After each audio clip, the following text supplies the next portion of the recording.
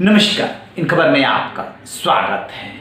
बिहार में जो कुढ़नी में उपचुनाव हो रहा है उसको लेकर के मामला फंस गया है। जैसे ही गठबंधन ने अब उम्मीदवार बनाया जेडीयू के मनोज कुशवाहा को, उसके बाद बीजेपी का नंबर था। बीजेपी ने उतार दिया केदार प्रसाद गुप्ता को। केदार प्रसाद गुप्ता वही है जो पिछला चुनाव मात्र 712 वोटों से हारे थे। यहाँ तक तो ठीक है।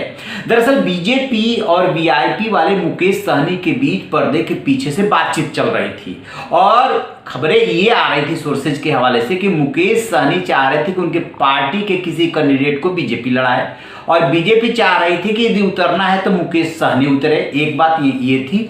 दूसरी बात ये थी कि निषाद समाज के लिए रिजर्वेशन वाली जो उनकी मांग है वो भी रख रहे थे कि आपको इसी समय माननी होगी। इन दोनों शर्तों के लिए बीजेपी संभवतः तैयार नहीं हुई और उसने अपने पुराने खिलाड़ी पर दांव लगा दिया। अब इधर मुकेश सहनी ने जो है दूसरा दांव खेल दिया है। वहां पे भूमिहार समाज का सबसे ज्यादा वोट है, 40,000 के आसपास, और वो उतार दिए हैं नीलाभ कुमार को।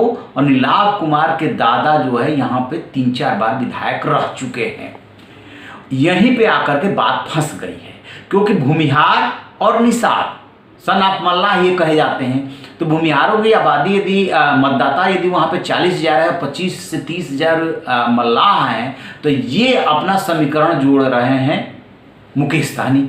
और बीजेपी का अपना समीकरण है कि हम तो पिछला चुनाव 7 से 12 से ही हारे थे। हालांकि बीजेपी इस बात को समझ रही है कि मुकेश सहनी की वजह से यहाँ पे खेल बड़ा हो सकता है और वो इसका जो उदाहरण है या सबक है वो बोचहा उपचुनाव में छिपा हुआ है जो इसी साल 1 अप्रैल में हुआ था। वहाँ पे क्या होता है बोचहा में कि मुकेश सहनी ने अपना कैंडिडेट उतार दिया था। वो कैंडिडेट जो है बीजेपी से थोड़ा ही कम वोट पाया था, 30,000 के आसपास वोट पाया था। बीजेपी के राजकुमारी को जो है मिला था वोट लगभग 45,000, 82,000 के आसपास मिला था आरजेडी के कैंडिडेट को। तो माना यह गया कि यदि मुकेश सहनी साथ होते तो शायद ये नौबत नहीं आती।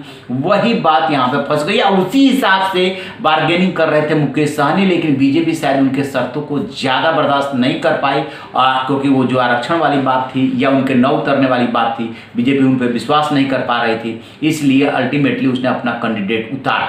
तो मुकेश सहनी सिर्फ बीजेपी को ही नुकसान नहीं पहुंचा रहा है, मुकेश सहनी गठबंधन प्रत्याशी को भी उतना ही नुकसान पहुंचा रहे हैं। तो मामला यहाँ पे गया है फंस। हम सब कुछ एक तरह से मुकेश सहनी पर डिपेंड हो गया है और जो एक चौथा फैक्टर इसमें उभर करके आ रहा है वो ये आ रहा है कि AIM भी कैंडिडेट यहाँ पे उतार सकता है। यहाँ 25 से 30,000 मुस्लिम भी हैं, उसमें से यदि 10,000 भी वोट AIM खींचता है तो निश्चित रूप से वो सारा का सारा नुकसान जो है महागठबंधन को ही होगा। एक और बात देखिए, भले ही हमें आपको ये लग रहा है कि जेडीयू आरजेडी में सब कुछ ठीक है, सब कुछ ठीक नहीं है।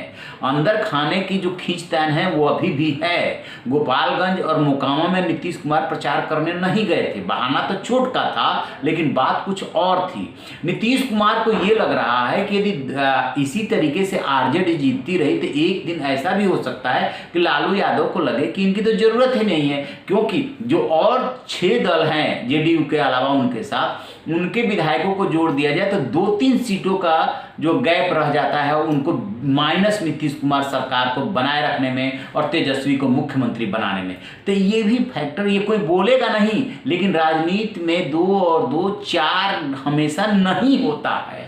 वो इफ एंड बट हमेशा लगा रहता है कि जो साथी है वो भी बहुत ज़्यादा मजबूत न होने पाए।